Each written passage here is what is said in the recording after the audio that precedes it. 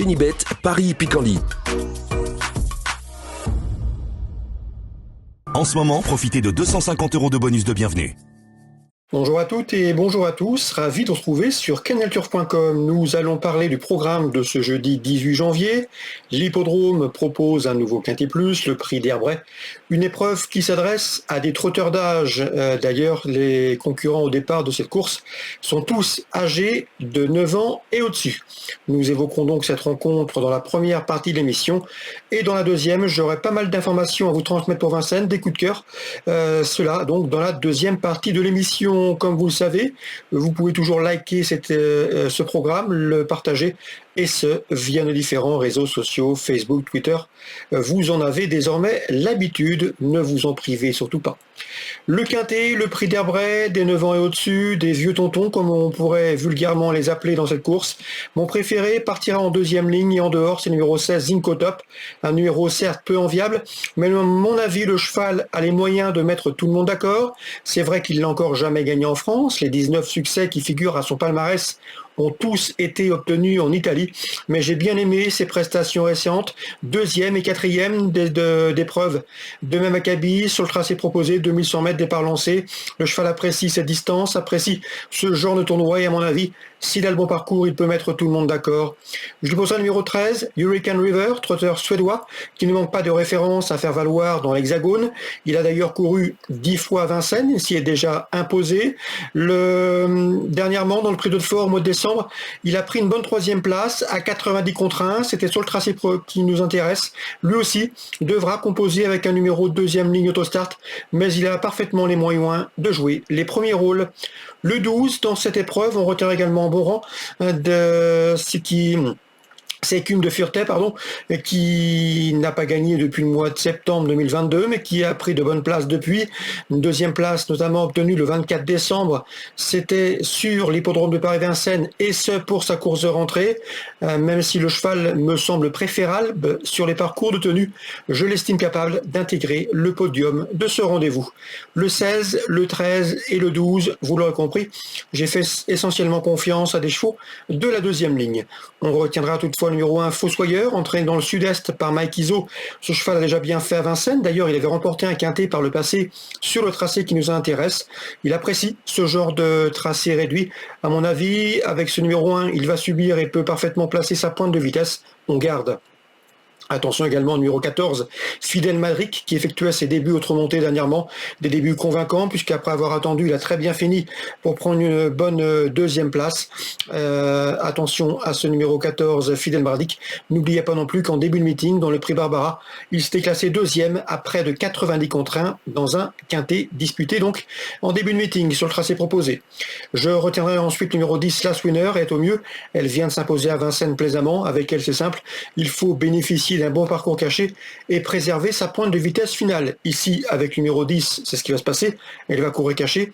Reste maintenant à savoir si elle trouvera le passage pour finir. Si tel est le cas, sa place est à l'arrivée de ce quintet. J'ai ensuite placé le numéro 4 dans cette compétition, Flamme Julerie, qu'on a l'habitude de voir dans le centre-est du pays, mais c'est une jument non dénuée de moyens. 29 podiums pour elle en plus de 70 courses courues. Et en dernier lieu, à Vincennes, elle aurait terminé plus près. Elle a attendu ce jour-là dans une course en train et s'est retrouvée enfermée pour finir, tardant à trouver le passage. Nul doute qu'elle aurait terminé plus près, aurait obtenu un meilleur classement avec un meilleur scénario de course. Mieux vaut donc s'en méfier. Même topo pour le 5, Forever Giel, un cheval qui à mon avis n'a pas de marge dans cette épreuve, mais il a bien fini dernièrement pour se classer quatrième dans une épreuve de même acabit. Le numéro 5 est un atout pour lui, il sera pieds nus, dès lors une place est envisageable. Résumé chiffré pour ce Quintet Plus du jeudi 18 janvier, le 16, Zinco Top, le 13, Hurricane River, devant le 12, Écume de Fureté, et le numéro 1, Fossoyeur. Ensuite, je retirerai le 14, Fidel Madric, le 10, Last Winner, le 4, Flamme Julerie, et le numéro 5, Forever JL. En cas de partant, on pourrait s'intéresser à la candidature du numéro 7, Fusée des Veaux, une attentiste. On se retrouve désormais pour les coups de cœur. En ce moment, profitez de 250 € de bonus de bienvenue. Voici désormais mes informations et conseils de jeu pour ce programme du jeudi 18 janvier. Dans la deuxième course du programme, j'aime beaucoup le 115 Capitano de Loup, qui m'a bien plu, qui m'a laissé une belle impression à l'occasion de sa dernière prestation publique le 26 décembre à Vincennes. Il s'est classé deuxième sur un parcours de plus longue haleine, mais la performance était bonne, le raccourcissement de distance ne va pas le déranger, et à mon avis, il a parfaitement les moyens de jouer les premiers rôles dans ce deuxième rendez-vous. C'est le 215, Capitano de Loup, entraînement Anthony Duperche. On peut lui associer le numéro 4, Kaitos Durin. Si vous nous suivez régulièrement dans l'interview, eh bien vous savez que Tristan Partex nous l'a présenté comme un cheval à suivre. Le cheval lui donnait raison en faisant l'arrivée dernièrement.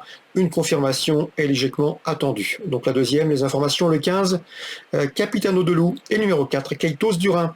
Dans la suivante, j'ai pu m'entretenir avec Martial Dupuis, il présente le 310 Lotus Zen, un cheval qui a bien débuté à Cagnes-sur-Mer. Dernièrement, il était confiant à Vincennes, son cheval lui a donné raison en prenant une bonne deuxième place. Le cheval est resté au mieux.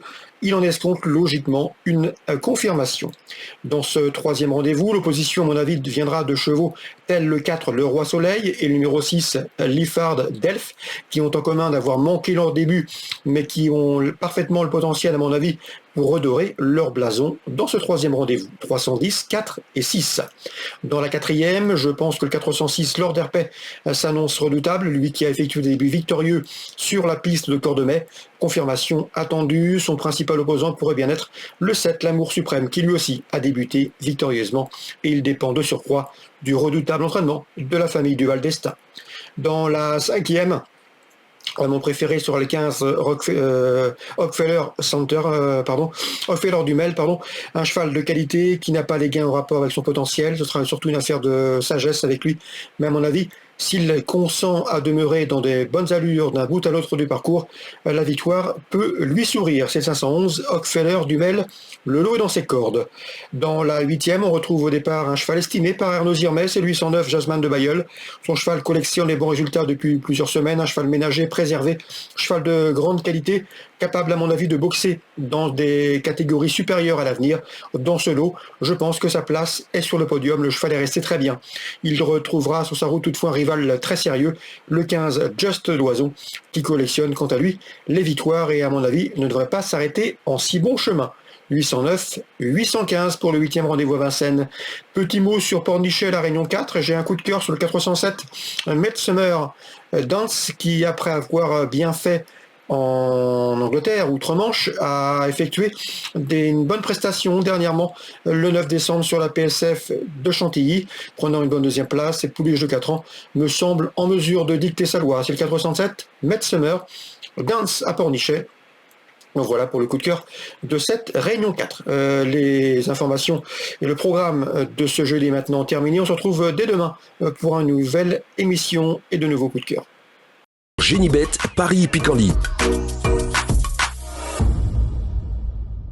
En ce moment, profitez de 250 € de bonus de bienvenue.